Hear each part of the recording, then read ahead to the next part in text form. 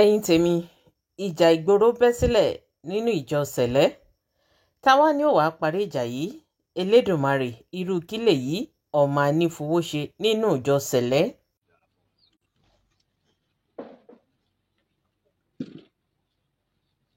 kì í sọ̀rọ̀ jókòó ẹ má wọrí ní ìdíjókòó hallelujah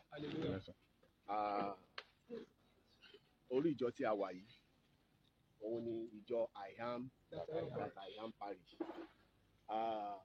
Orúkọ mi ni Venerable Super Evangelist S.O. Banjo, head of operation Celestial Worldwide.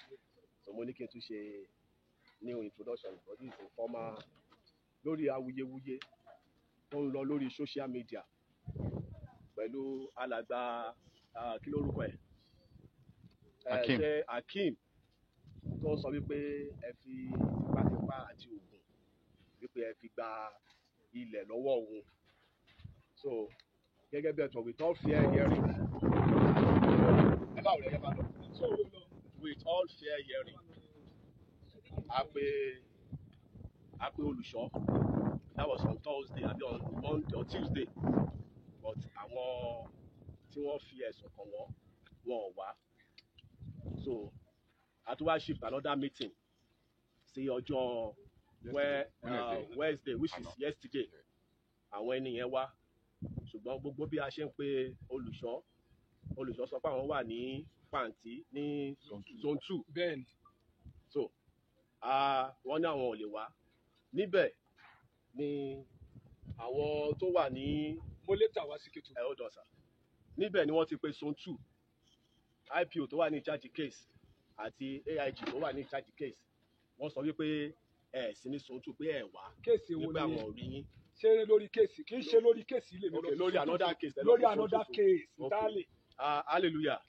So nígbà tó di bíi tó 7 lánàá tí a ti parí meeting pẹ̀lú àwọn disciplinary committee tí pastor tí wọ́n gbé kalẹ̀ mo rí message olùṣọ́ yìí pé àwọn ti wà ní Kétu.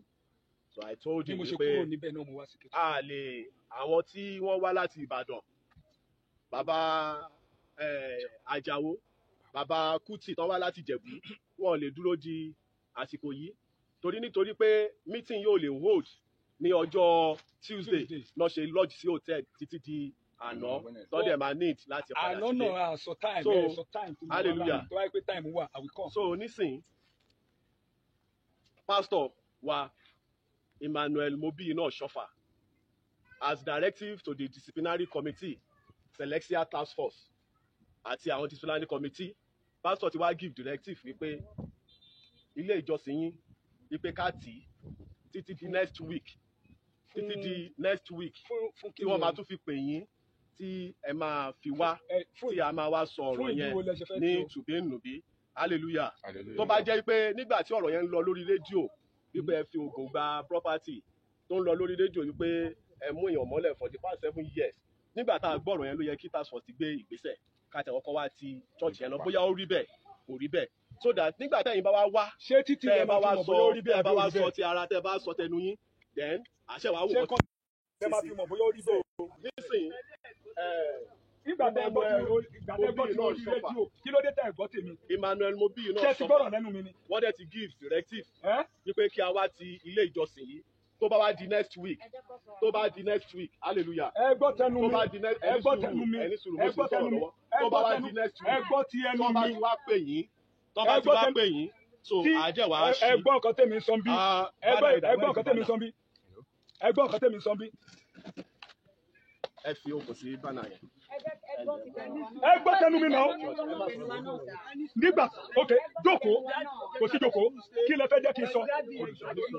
hallelujah.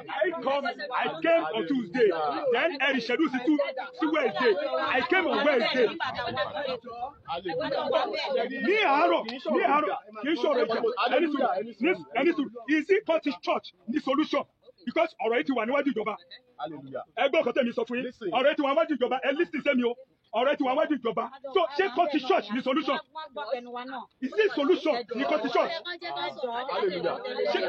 ṣé kọ́tí church ní solution ẹni tó jẹ́ ọmọ ìjọ mi for 8 years ṣé ìwọ ni olùṣọ́ ẹ̀ ní sùúrù kí ni you have start this matter ó ti bẹ̀rẹ̀ láti ìjẹta ọ̀rọ̀ yìí ẹ má lọ ẹni tí mo bí o ẹ má lẹ bílẹ̀ ṣẹjà wèrè ẹ dàrú fún yín kúrò lẹ́kìnì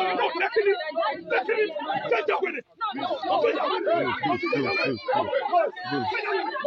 The reporting situation here from CCC, I am that I am seeing the shepherd in the violence. Yes, right now we see him.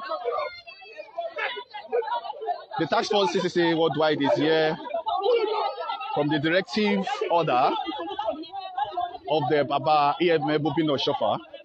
Yes, sir. So here is not peaceful with the task force trying to make a violence. You cannot do anything.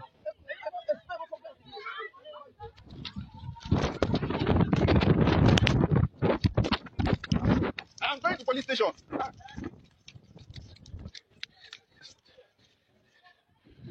All right, to everybody watching the task force and Celestial reality check. Yeah, I tried to escape something there right now. Thank you.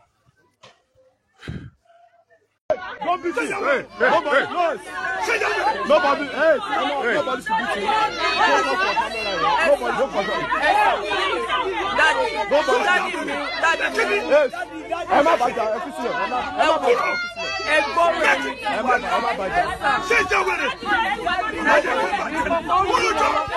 Nobody.